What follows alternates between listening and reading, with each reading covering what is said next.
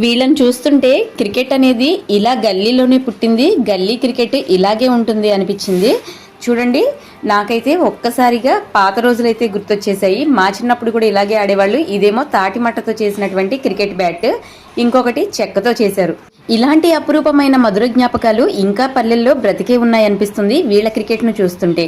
ఒకప్పుడు బ్యాటు బాలు ఎలాంటి సదుపాయం లేనప్పుడైతే ఒక 20-25 సంవత్సరాల క్రితం అయితే ఇలాగే చెక్కలతోటి లేదంటే తాటి మట్టలతోటి నచ్చిన వాళ్ళు నచ్చిన విధంగా బ్యాటు బాల్ తయారు చేసేసి వికెట్స్ కూడా అప్పట్లో ఇదిగోండి రాళ్ళు పెట్టుకోవడం కానీ, అట్టప్యాడ్లు పెట్టడం కానీ, కర్ర ముక్కలు పెట్టడం కానీ చేసేవారు. అలా గల్లీలో క్రికెట్ ఆడేవాళ్ళు అనమాట. ఇలా ఆడితేనే కదా పిల్లల్లో నైపుణ్యాలు మరింతగా మెరుగుపడి వాళ్ళు ఆకాశానికి అందేంత ఎత్తులో మరింత మెరుగైన క్రికెటర్ బయటకు వస్తాడు.